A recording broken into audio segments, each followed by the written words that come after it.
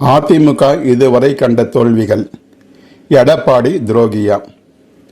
தேர்தல் முடிவுக்கு பிறகு அதிமுக உட்கட்சி பூசல் உச்சக்கட்டத்தை எட்டியுள்ளது. முன்னாள் முதல்வரும் அக்கட்சியின் பொதுச் செயலாளருமான எடப்பாடியை துரோகி என்கிற அளவுக்கு பிரச்சனை தலை தூக்கியுள்ளது. உண்மையில் எடப்பாடி துரோகியா? அவர் இல்லாமல் போயிருந்தால் அதிமுக என்ன ஆகியிருக்கும்? நெருக்கடியான நேரங்களில் கட்சியை காப்பாற்ற எப்படியெல்லாம் போராடினார் என்பதை இந்த பதிவில் பார்ப்போம்.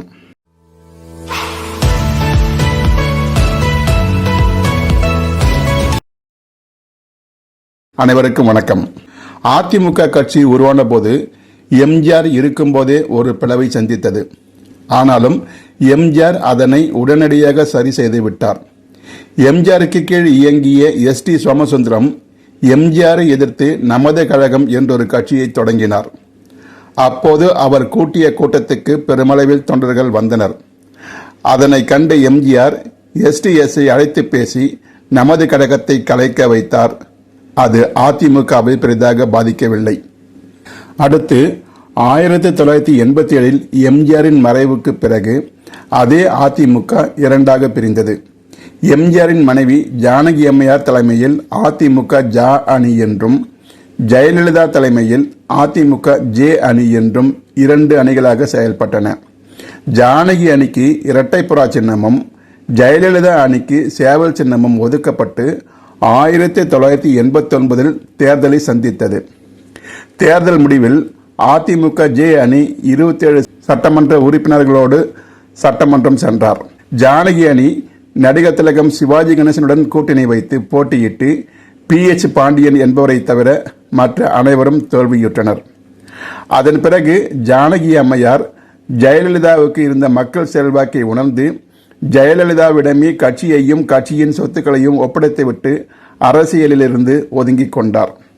RMV உள்பட அனைவரையும் ஒருங்கிணைத்து அதிமுகவை அடுத்த நிலைக்கு கொண்டு சென்றார் ஜெயலலிதா. 12 ஆண்டுகளுக்கு பிறகு ஆட்சிக்கு வந்த திமுக ஆட்சி 1991 ஜனவரி 31 அன்று கலைக்கப்பட்டது. மே மாதம் நடைபெற்ற தேர்தலில் ராஜீவ்காந்தியின் படுகொலையின் காரணமாக அதிமுக காங்கிரஸ் கூட்டணி மாபெரும் வெற்றி பெற்றது. அந்த தேர்தலில் திமுக கடுமையான தோல்வியை சந்தித்தது. துறைமுகம் தொகுதியில் போட்டியிட்ட கருணாநிதி மட்டுமே அங்கு வெற்றி பெற்றார். அந்த தேர்தலில் புதிதாக கட்சி ஆரம்பித்து முதல் தேர்தலை தனித்து சந்தித்து 234 தொகுதிகளும் போட்டியிட்ட பாட்டாளி மக்கள் கட்சி பண்ருட்டி தொகுதியில் மட்டுமே வெற்றி பெற்றது.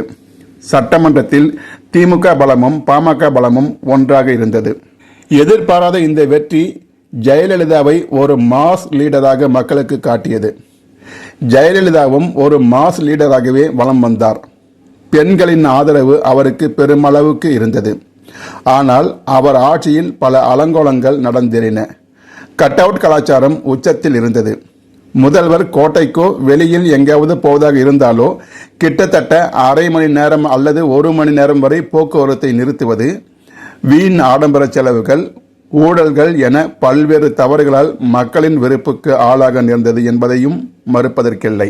அனைத்துக்கும் மேலாக தேர்தல் நெருங்கும் நேரத்தில் சுதாகரன் என்பவரை திடீரென தத்தெடுத்து அவருக்கு திருமணம் என்ற பெயரில் சென்னை நகரையே கதிகலங்க செய்தது மக்களிடையே முகச்சுளிப்பை ஏற்படுத்தியிருந்தது. அதே காலகட்டங்களில் பாட்ஷா பட வெற்றி விழாவில் நடிகர் ரஜினிகாந்த் ஒரு கருத்தை வெளியிட அதற்கு அதிமுக அமைச்சர்கள் எதிர்வினையாற்ற, அதிமுகவோடு காங்கிரஸ் கூட்டணி தொடர அதற்கு மூப்பனார் எதிர்ப்பு தெரிவிக்க, பின்னர் தமிழ் மாநில காங்கிரஸ் கட்சி உதயமாக அந்த கட்சியோடு திமுக கூட்டணி வைக்க அதற்கு பத்திரிகையாளர் சோ ராமசாமி உதவி செய்து ரஜினிகாந்தின் ஆதரவையும் பெற்று தந்தார்.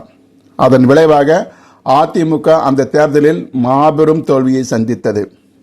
1991 மாபெரும் வெற்றியடைந்த அந்த கட்சி 1996 அதாவது 5 ஆண்டில் மாபெரும் தோல்வியை சந்திக்க நேர்ந்தது. முதல்வராக இருந்த ஜெயலலிதாவை பர்கூர் தொகுதியில் சுகவனம் என்னும் திமுக வேட்பாளரிடம் 8366 வாக்கு வித்தியாசத்தில் தோற்று போனார். தேர்தல் முடிவில் அதிமுக வெறும் 4 இடங்களை மட்டுமே கைப்பற்றியிருந்தது. அந்த தேர்தலிலும் தனித்து போட்டியிட்ட பாட்டாளி மக்கள் கட்சி 4 தொகுதிகளை கைப்பற்றியிருந்தது. அதாவது சட்டமன்றத்தில் அதிமுக மற்றும் பாட்டாளி மக்கள் கட்சிகளின் பலம் ஒன்றாக இருந்தது. அதிமுக அபாயகரமான தோல்வியை அந்த தேர்தலில் மட்டும்தான் சந்தித்தது. அதன்பின் அக்கட்சியை தோல்வியிலிருந்து மீட்டெடுத்து அடுத்த 2001ஆம் ஆண்டு தேர்தலில் வெற்றியை சந்தித்தார் ஜெயலலிதா. என்றாலும் மீண்டும் 2006ஆம் ஆண்டு ஒரு தோல்வியை சந்தித்தார் ஜெயலலிதா. ஆனாலும் 1996 நடந்த தோல்வியை போல் அல்லாமல் ஓரளவுக்கு கௌரவமான தோல்வியாக அது அமைந்திருந்தது. மீண்டும் 2011 அரியணை ஏறிய ஜெயலலிதா ஆளுங்கட்சியை மீண்டும் வெல்ல முடியும் என்ற எம்ஜிஆரை போலவே நிரூபித்து காட்டி 2016 தேர்தலிலும் வென்றார். ஆனால் அந்த தேர்தல் வெற்றியை 6 மாதம் கூட அவரால் அனுபவிக்க முடியாமல் டிசம்பர் 5, 2016 அன்று காலமானார் ஜெயலலிதா. அதற்கு பிறகு சசிகலா ஜெயலலிதாவின் இடத்தை பிடித்தார். அத்தனை 2ஆம் கட்ட தலைவர்களும் தொண்டர்களும் சசிகலாவை சின்னம்மா என்றே அழைக்கத் தொடங்கினர். சசிகலாவும் முதல்வராக முயற்சி எடுத்தார். அதற்காகவே அப்போது முதல்வராக இருந்த ஓ பன்னீர்செல்வத்தை பதவி விலகச் சொல்லி நிர்பந்தித்தார். பன்னீர்செல்வமும் வேறு வழி இல்லாமல் பதவி விலகினார். ஆனால் ஒரு வழக்கில் 4 ஆண்டுகள் சிறை செல்ல நேர்ந்ததால் சசிகலா முதல்வராகாமல் முதல்வருக்கான அதிர்ஷ்ட காற்று எடப்பாடி பழனிசாமியின் பக்கம் வீசத் தொடங்கியது. எடப்பாடியை முதல்வர் வேட்பாளராக்கிவிட்டு சசிகலா சிறைக்கு சென்றார். அதன் பிறகு பன்னீர்செல்வம் தனி அணியாக செயல்பட நேர்ந்தது. இதற்கிடையில் எடப்பாடிக்கும் டிடிவி தினகரனுக்கும் கருத்து மோதல் ஏற்படவே தினகரன் அம்மா மக்கள் முன்னேற்ற கழகம் என்று தனி இயக்கத்தை தொடங்கினார். அந்த நேரத்தில் பன்னீர்செல்வத்திடம் சமரசம் பேசி அவருக்கு துணை முதல்வர் பதவி வழங்கி கட்சியின் ஒருங்கிணைப்பாளராக பன்னீர்செல்வமும் இணை ஒருங்கிணைப்பாளராக பழனிசாமியும் தொடர்ந்தனர். இந்த நேரத்தில் 2020ஆம் ஆண்டு கொரோனா காலம் பழனிசாமிக்கு ஒரு மிகப்பெரிய சோதனையாக அமைந்தது. ஆனாலும் முதல்வராக இருந்த பழனிசாமி எப்படியோ அவற்றையெல்லாம் சமாளித்து வெற்றிகரமாக 4½ ஆண்டு காலம் நாட்டை ஆண்டார். மோசமான ஆட்சி என்று அதை சொல்ல முடியாவிட்டாலும் அமைச்சர்கள் அதிக அளவில் ஊழல் செய்தார்கள் என்ற குற்றச்சாட்டுடன் தேர்தலை சந்தித்தார். 2021ஆம் ஆண்டு நடைபெற்ற தேர்தலில் அதிமுக 66 தொகுதிகளில் வெற்றி பெற்றும் அதன் கூட்டணி கட்சிகளான பாமக 5 தொகுதிகளும் பாஜக 4 தொகுதிகளும் என மொத்தம் 75 இடங்களில் வெற்றி பெற்று ஒரு கௌரவமான தோல்வியை சந்தித்தது. அதன் பிறகுதான் எடப்பாடி மிகப்பெரிய சோதனையை சந்தித்தார். உண்மையில் சொல்ல போனால் ஜெயலலிதா கூட கட்சிக்குள் இவ்வளவு நெருக்கடியை சந்தித்தாரா என்பது தெரியாது. அந்த அளவுக்கு பன்னீர்செல்வம் ஒரு பக்கம், சசிகலா ஒரு பக்கம், தினகரன் ஒரு பக்கம் என ஆளாளுக்கு ஒவ்வொரு பக்கம் குடைச்சல் கொடுக்க ஆரம்பித்தனர்.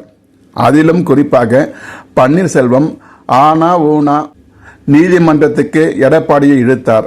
ஒவ்வொன்றிலும் பழனிசாமி வெற்றி பெற்று கட்சியின் பொதுக்குழுவை கூட்டி பொதுச் செயலாளரானார். எடப்பாடி மீது ஒரு குற்றச்சாட்டு இருந்தது மட்டும் உண்மை. நல்ல ஆட்சியை கொடுத்த எடப்பாடி நல்ல எதிர்க்கட்சியாக நடந்து கொள்ளவில்லை.